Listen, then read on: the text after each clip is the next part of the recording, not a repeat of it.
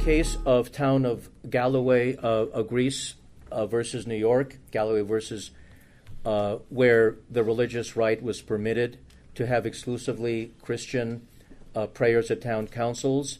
The national laws. National laws. It doesn't matter. National laws. What we don't want is, whether it's state or national, any branch of government being empowered by the national Supreme Court to impose religion. So has the Supreme Court done that?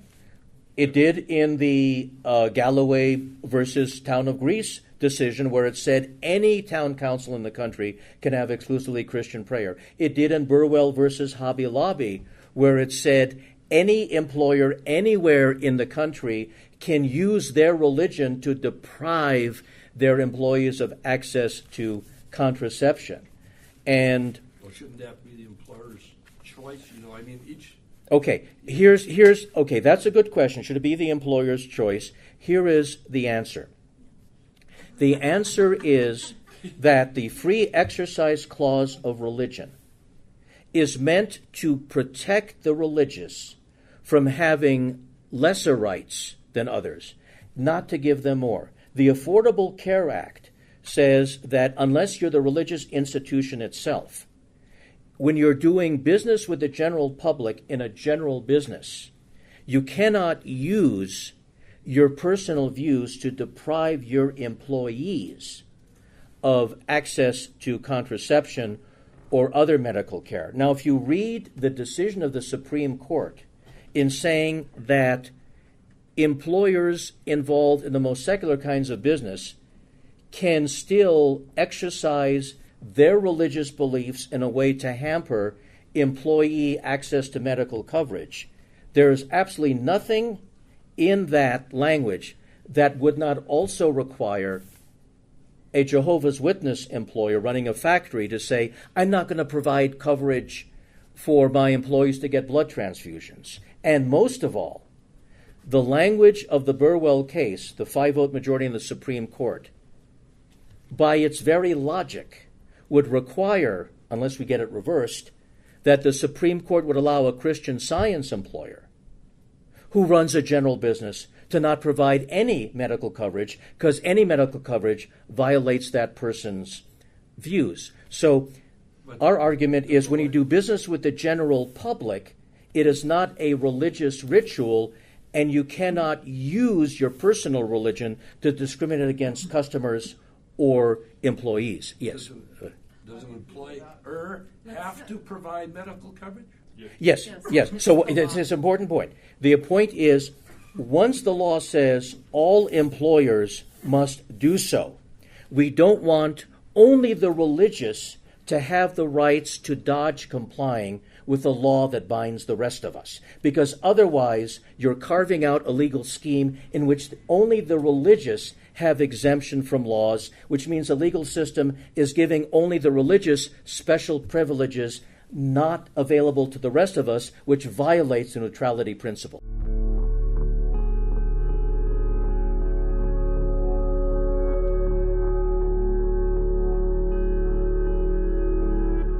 You've asked a very profound constitutional law question. And the atheist with a Jewish background who graduated from a Jesuit law school will answer. You're 100% right. President Obama nominated Merrick Garland to the Supreme Court. The Senate has refused to act on the nomination.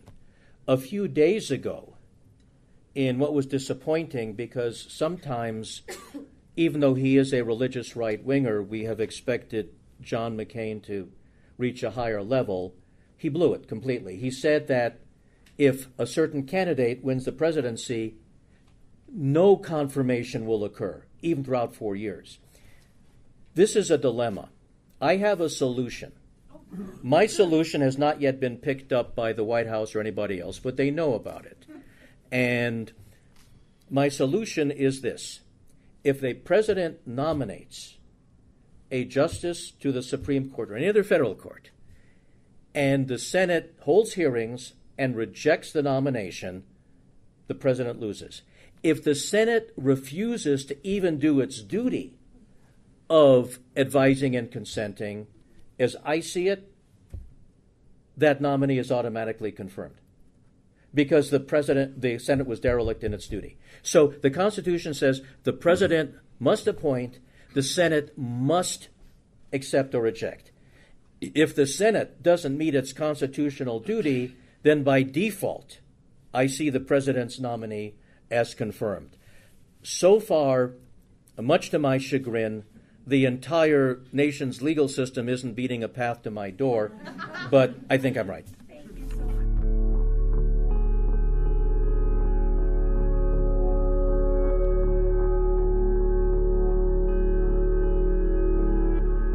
Okay, this is a wonderful question because your question goes to how do we reconcile the Establishment Clause with the Free Exercise Clause? And there's only one way to do it. And that is, if government cannot favor believers over non-believers, that means the religious cannot have more rights, but they can't have fewer rights either. So, if the exercise of a religious right of conscience will discriminate against a third party, an employee, a tenant, then to grant that special exemption to only the religious violates the Establishment Clause. I'll give you an example.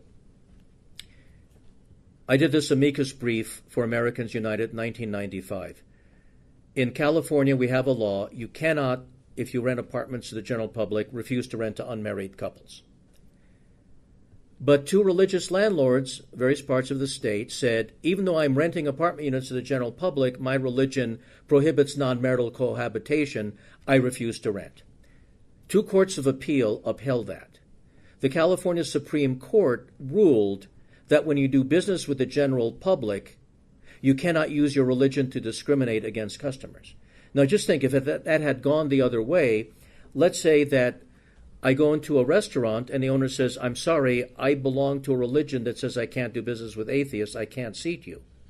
Now you're having people denied public accommodation because of the religious prejudice of the owner.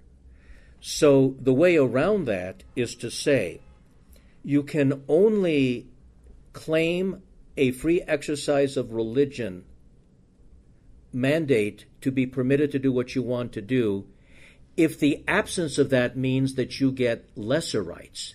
I'll give you an example of a pure free exercise case. In Hialeah, Florida, they passed an ordinance to get at members of the Santeria Church. The ordinance said you cannot kill animals for ritualistic purposes, but you can for all other purposes, even for no purpose whatsoever. You just can't kill an animal for ritualistic purposes. Well, that was targeted to give the Santeria Church lesser rights. So the Supreme Court rightly held that was unconstitutional.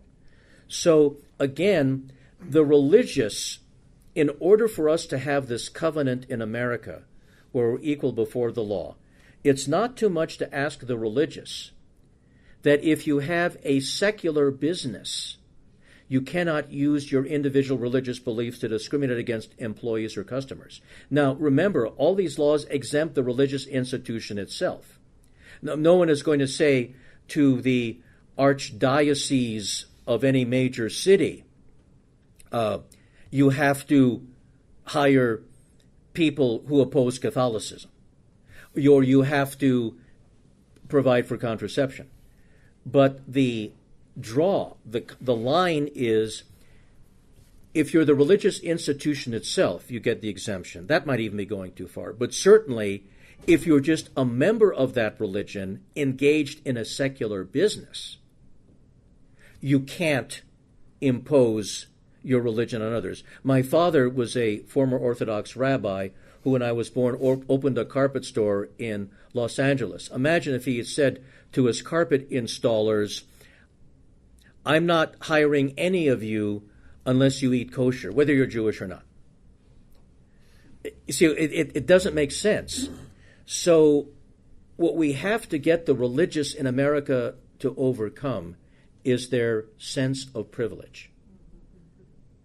If the religious agree with us non-religion that we're all equal before the law, nobody's going to pop up and say, hey, everybody else has to observe that law, but because of my belief system, I get an exemption.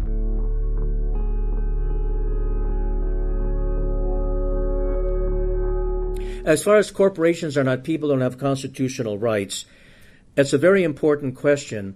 Certainly, corporations have legal standing for many things, and corporations, not so much whether they are people or not, their initial purpose was to insulate business people from personal liability. However, I have no problem saying that ideologically a corporation is not a person. So therefore, a corporation may have a right to be certain exemptions from liability for its owners.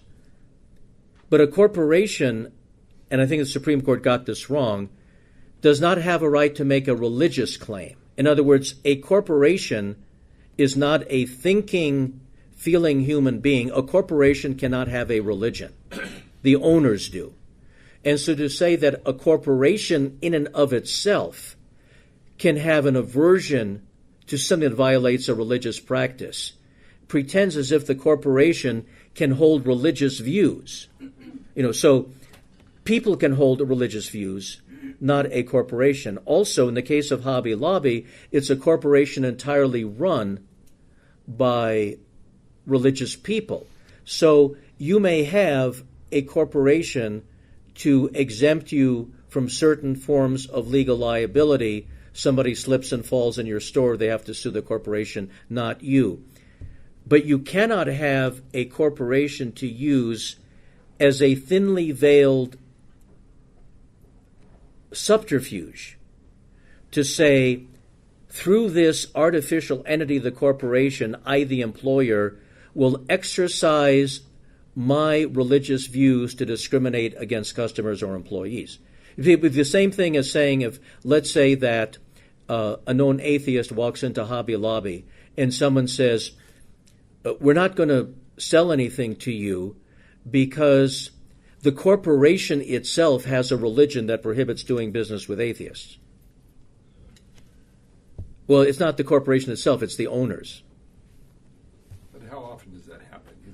It's happening with Hobby Lobby, where the owners said, we don't want to provide contraceptive coverage for our employees, and now corporations around and businesses around the country are permitted to do so. The Supreme Court said, even if you have a secular business, if you have a personal religious aversion to contraception, then you are the only people that get to avoid providing contraceptive coverage to your employees, even though everybody else has to do so. See, once again, the evil in this is saying America is supposed to have a level playing field. We're all equal before the law. But here is a large number of laws, and only the religions can avoid complying. That is special preferentialism for religion. That's what we have to get at. And in destroying that, we are not harming the rights of the religious. We are just making sure they have no greater rights than anyone else.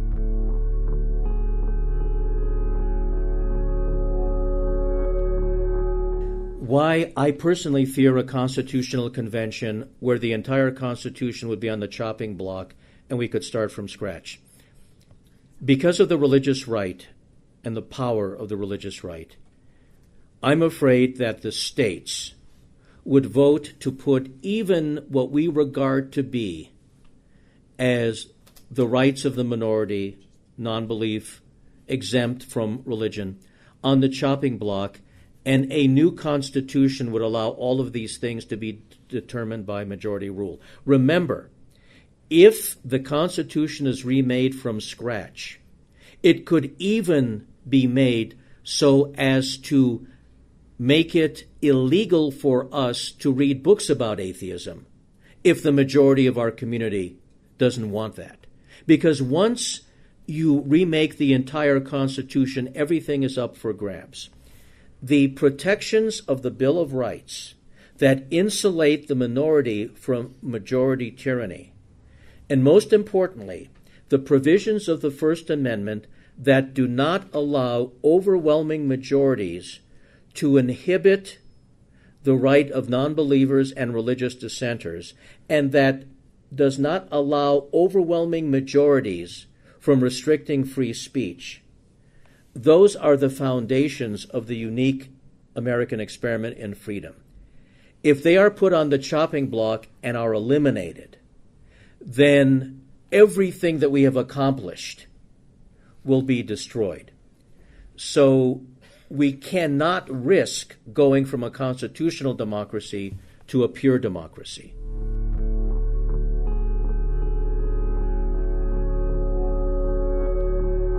From the very inception of the religious right ascendance politically with the 1980 elections, they have been taking over local school boards, and they've been doing it as stealth candidates. And that's why 35, 36 years later, you still must ask your candidates for school board where they stand on these issues. Also, it is way overdue, horrendously overdue, for secular people in these types of communities to also run for school board. It is I would say that unless people like us start getting elected to political office at all levels, we're going to continue to be at a disadvantage. And here is where I want us to take instruction from the gay community. They are the most similar to us in that opposition to their equal rights was primarily religious-based. Look at how far they have come. They learned how to raise sufficient money. They learned how to either back their own candidates or candidates who were not from their community but supported their rights. And this is a lesson we have to learn.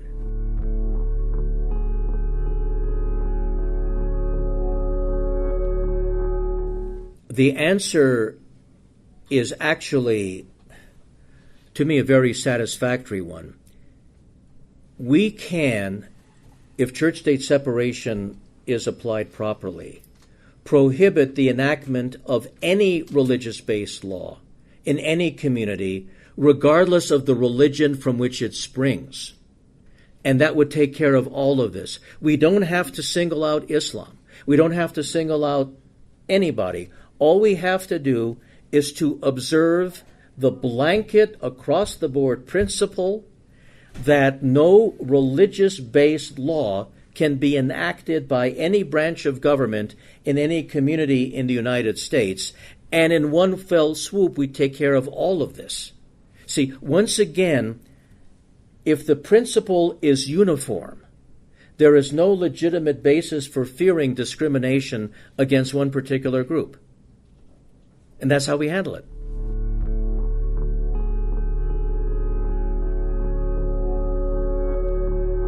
Well, first of all, the having to swear an oath to testify in court on God is entirely constitutional. The courts have just refused to render it unconstitutional. I mean, certainly for a branch of government to have as its default, so help me God, is unconstitutional. It's one of those things we have to work on. There are many, many violations of church separation across the board that will take us decades to get to.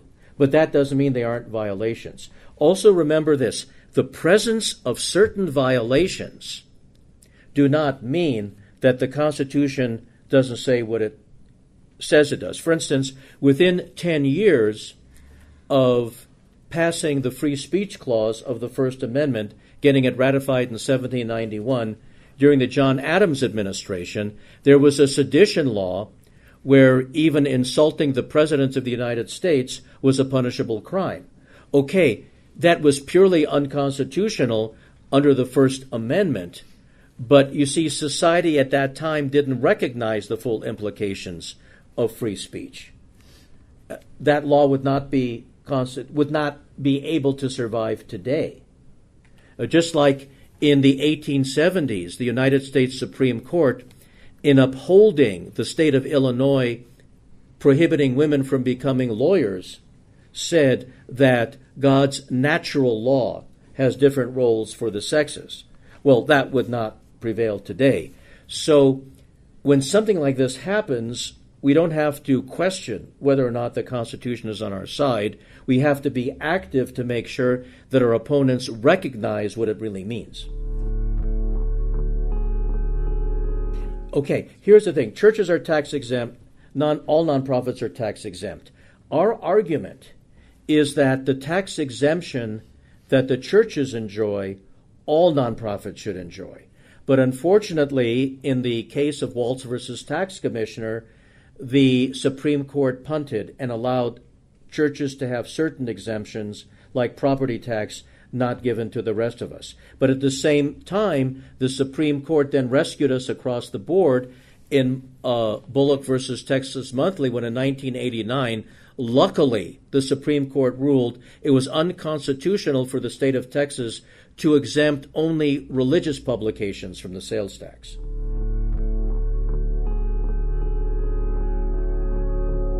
I have no idea how long it'll be before a president will be elected who is an open atheist. But rather than focusing on that, because that's right now, it's speculative, it's in the future, we need to focus on creating a society where it can happen. There's no way we can predict when it will happen. We just need to sow the seeds so that someday it will.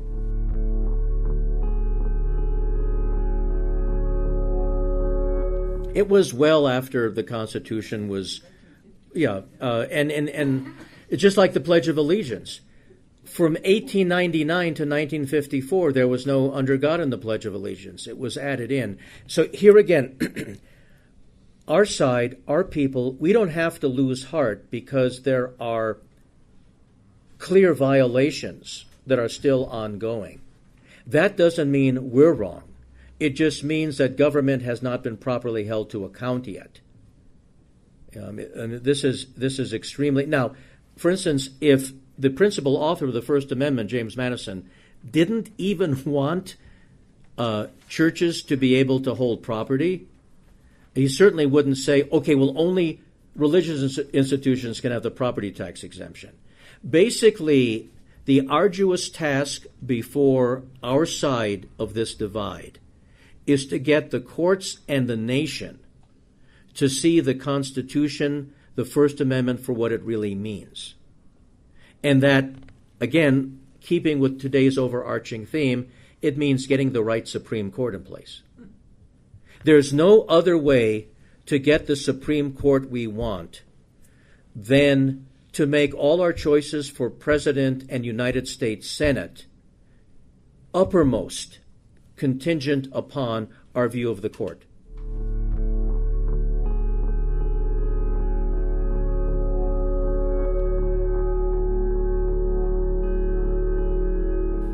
That's a wonderful question, and I would say, first of all, given what the religious right throws at us, it's not something for us to have disdain for, that our reactions are negative. They throw so many weapons at us that the fact that we have to keep swatting them down, and that keeps us from being able to put forth a positive secular agenda, that's not our fault. We are outfunded, we are outspent, and if we didn't knock down the negative things they do, we would be swept away. So the notion that somehow we need to focus on positive more than the negative is not something we have to worry about until we defeat the negative, and we're still a long way from doing that. Now, in terms of something positive, well, really there's, outside of knocking down what they're doing right now, there's really not much more we can be doing. For instance, we can vote, which is the true underlying focus of today. For instance, with the Hobby Lobby case, The Supreme Court has said that religious employers can deprive their employees of access to contraception through insurance. Well, maybe we can start a groundswell of publicly appealing to religious employers not to do so, even though they have the legal right to, because it's unfair to their employees. Maybe in terms of, we've already done this in terms of evolution, in showing how correct it is scientifically. But you see, the positive merges with fighting the negative, because basically, in the area of reproductive freedoms, abortion clinics closing, employers depriving employees of contraception. In a way, what we do has to be a response to what they do, because they are the ones that are throwing the weapons at us. So I would not be disheartened right now because we can't have a more positive agenda. The fact that we are under siege is not something for us to be ashamed of. It's something for us to fight.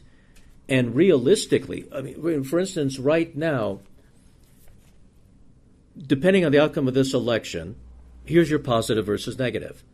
We'll either have the positive task of making sure the next 2 Supreme Court justices are confirmed, or the negative task of making sure they're rejected.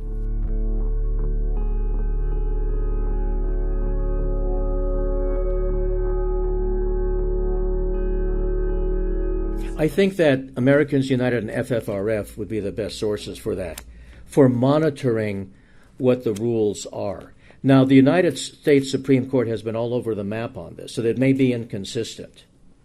However, there was a Washington State case a few years ago where the states were not required to give aid to religious schools, but were not prohibited from doing so.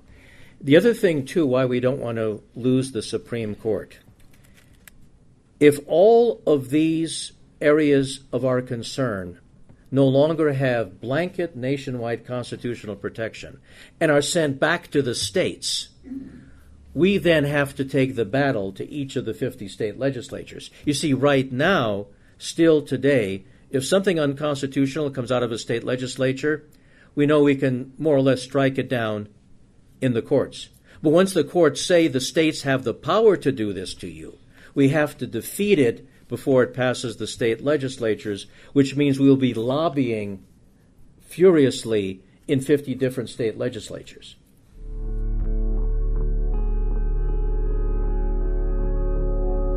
That's true. Mm-hmm. That's true. And also, remember, the history I gave you today is a refutation of the Christian influence or overarching Christian purpose of the U.S. Constitution.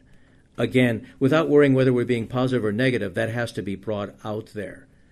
Basically, we have to put out the fires wherever they arise. And it's going to take a bit of time. But you see, those of you who live in this state have a marvelous opportunity, because right now, let's say that more than in previous years, our side has a good chance of prevailing in Colorado on many, if not more, of these issues. But it has to be sustained, because Colorado has been a textbook study in the seesaw of modern liberal secular society versus a religious right comeback. And I mean, this is a perfect state to be a laboratory for finally winning it for the secular side. But that involves many of you running for local office, supporting other of our members for local office, getting more involved in election campaigns where our issues matter, being very involved in the next 2 weeks in both the presidential and Senate campaigns in this state. There are many things that can be done. Now, the other thing, too, is there are certain parts of the country where people actually get crestfallen and discouraged because of the power of the religious right. This may be the best example of a state where you have to keep chipping away regardless of what happens. Because certainly Colorado is a much more hospitable state to fighting theology than it has been in the past. So again, without worrying about whether you're doing a negative or a positive fight, just activism. The people in this room alone can help churn out a lot of votes 2 weeks from Tuesday. Or you can volunteer to help churn out the votes, or volunteer to help take people to the polls. There's a lot that can be done. Just watch how the religious right does it. Just watch all of those foot soldiers and the grassroots activism they did to get to where they are today. And we can learn from that. We can learn from this ground-up organization. They started with school boards and virtually became the most individually powerful voting bloc of the past 35 years.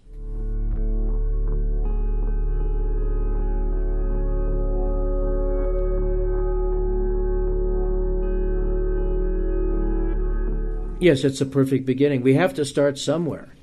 See, here's the problem.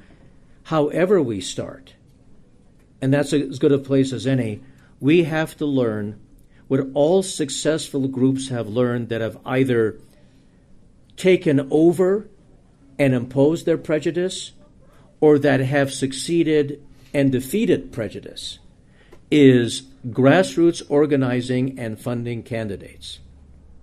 We've got to learn that. We've got to learn that. I mean, there's no other way of doing it.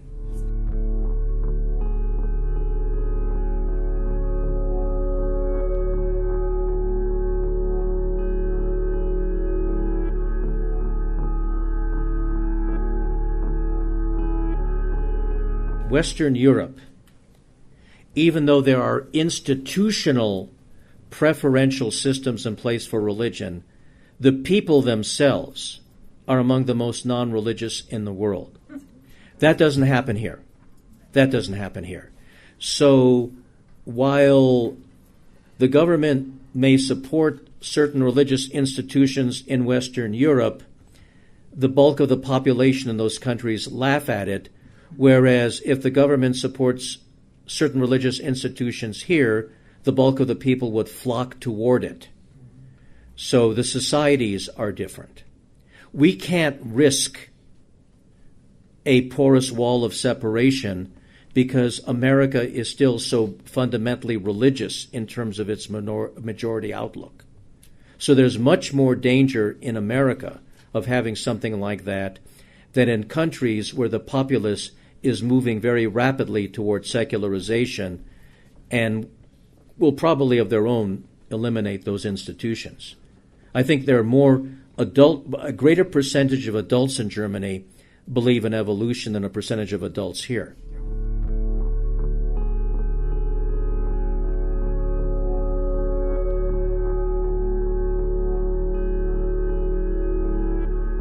Well, yes, you have to have the courage within yourself to be able to speak to those that you need to persuade. And maybe a good approach is to go to religious people, and say, church-state separation is magnificent among all the issues in the nation because its achievement would protect you as well as me. It is equality for all of us, regardless of belief system. So you can begin that way. Also, very important, every one of us has a different level of ability to get into the trenches and slug it out. There are some of us who can do it and others who really have a problem doing it. If our movement is to grow and develop, we cannot pressure our very precious limited number of people to do things that frighten them or make them uncomfortable. Everybody has a niche to fulfill. Everybody in this room has a talent no one else has. And you need to use that talent. I would be very reluctant to say to someone who is very committed to the movement, oh, but you need to just swallow it and approach your neighbor if you're scared to death of doing it. I'd say, don't do it then. I'd say, find another talent, because we are so small of a group of people, we can't afford to alienate those already with us by giving them a daunting task that turns their stomach. We're not going to keep people like that. So everybody has to feel free to give what they can without fear of being criticized by a colleague saying, well, you should have still done this or still done that. So, for instance, I stand up and I will debate a Christian philosopher on a college campus, as will Dan Barker. The worst thing we could do is then go back to our rank-and-file organizations and say, now the rest of you have to do that, even those of you who don't want to get up on stage. That's how you drive people away. We must respect each other's comfort level in order to keep all of us interested and enthused to do the work that must be done.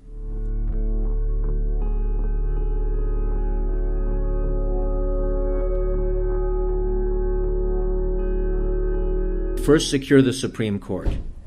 And then, if we really want to be able to all go home and put this fight behind us on church-state separation issues, it would be great if economic conservatives, but who are otherwise secular, would retake a certain political party, so that the religious right, which incidentally is an alien presence in that party, because that's supposedly the party of limited government. So what we need then is, if someone is an economic conservative and otherwise comfortable in certain political parties, let them retake it from the religious right. Remember, my purpose here today is very limited. I'm making a surgical strike on one issue. It has ramifications, but the collective body is separating religion from government.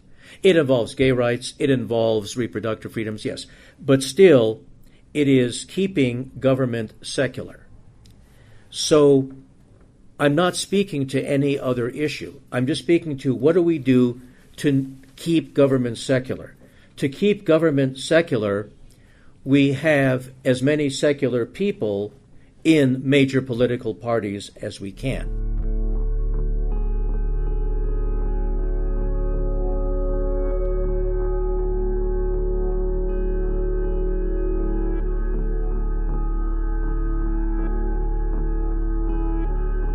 What I meant was, in speaking about that, no, we don't promote or deny Satanism. What I'm saying is this, is that the objective of true church-state separationists, the objective of those of us who want government that is benevolently neutral to all forms of belief, is to protect everyone. And my point was that it is a strike against the constitutional system that we want if a branch of government can deny the Church of Satan something that it can give to a Christian church, or even deny the Church of Satan something it can give to us. We are only secure when no branch of government can disfavor anyone because of their belief or disbelief in a supernatural entity. So my point is, for instance, if a Buddhist priest is denied giving an invocation at a town council, whereas a Christian minister was permitted to do so just the week before, we defend the right of that Buddhist priest the same as we would one of our own. Because the moment no branch of government can discriminate against anyone based upon their view on matters of religion, regardless of what that view is, we've prevailed. What we need to do is to point out to people who believe anything that doing it our way protects them the best. So it doesn't matter, Satanists, that's a small group, but we need to go to all minority religions, and we need to say to everybody, ultimately, your freedom your freedom will be most enhanced if you accept a system in which everybody is equal before the law. So you don't single out Satanists or Buddhists or Jains or Hindus or even us. You single out everybody. What we have to put across is whether you're doing it out of humor, whether you're doing it to make a point, all points of view on matters of religion must be equally respected by every branch of government. So it'll vary from parts of the country to parts of the country. For instance, in my own Southern California, I had to remind a city in our Orange County that no, the Christians cannot prevent a Vietnamese Buddhist temple from going up. You see, that's the goal. Yeah, the goal is that regardless of where you stand on how the universe is put together, government cannot treat you any differently. And we can't lose sight of that.